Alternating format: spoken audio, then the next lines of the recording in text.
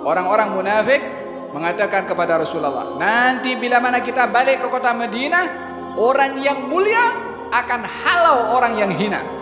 Siapa orang yang mulia? Kaum munafikin. Mereka menganggap diri mereka mulia. Kemudian siapa dianggap hina? Orang-orang beriman.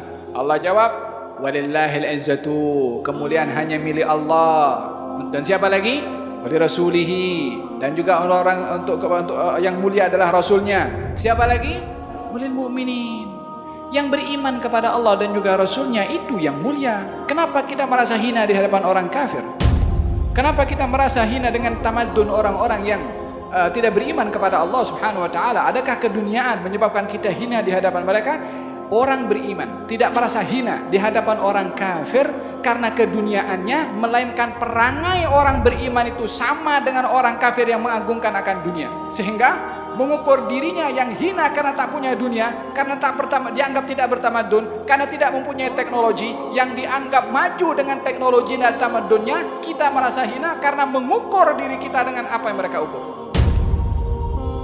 Bukankah dalam Al-Quranul Karim Allah Subhanahu wa ta'ala mengatakan bahwasanya orang yang beriman mempunyai Tuhan, dan orang-orang kafir la maula lahum. Orang beriman punya Tuhan, orang yang kafir tidak punya Tuhan. Mana yang lebih berharga dan bernilai di sisi Allah? Yang tak punya Tuhan, yang tak mengaku Tuhan, atau yang mengaku bertuhan? Allah Subhanahu wa ta'ala mengatakan bagi orang beriman mempunyai Tuhan. Yang tidak beriman tak punya Tuhan, tak ada nilai di sisi Allah Subhanahu wa ta'ala. Dan dalam hal ini sifat itu bila mana terbalik, bila mana kita merasa hina di hadapan orang kafir, kita akan menganggap mulia di hadapan orang beriman. Kalau kita tidak mengasihi sesama kita, kita akan mengasihi orang tidak beriman kepada kita. Ini akan berlaku lawan daripada tindakan raddul fi'l, yakni tindakan balas. Kalau kita tidak mempunyai sifat yang Allah sebut dalam Al-Quran, lawannya akan terkena kepada kita. Dan dalam hal ini Allah menyebutkan dua sifat kepada orang beriman: saling kasih mengasihi dan juga saling merendah satu dengan yang lain.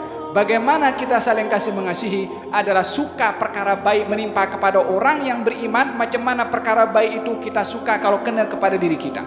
Bagaimana kita punya sifat tawadhu kepada orang-orang beriman, kita tidak merasa lebih mulia daripada orang beriman yang lain, walaupun orang itu adalah dipandang mata masyarakat adalah tidak bernilai di mata masyarakat. Tapi kita tidak boleh menilai diri kita lebih baik daripada orang lain.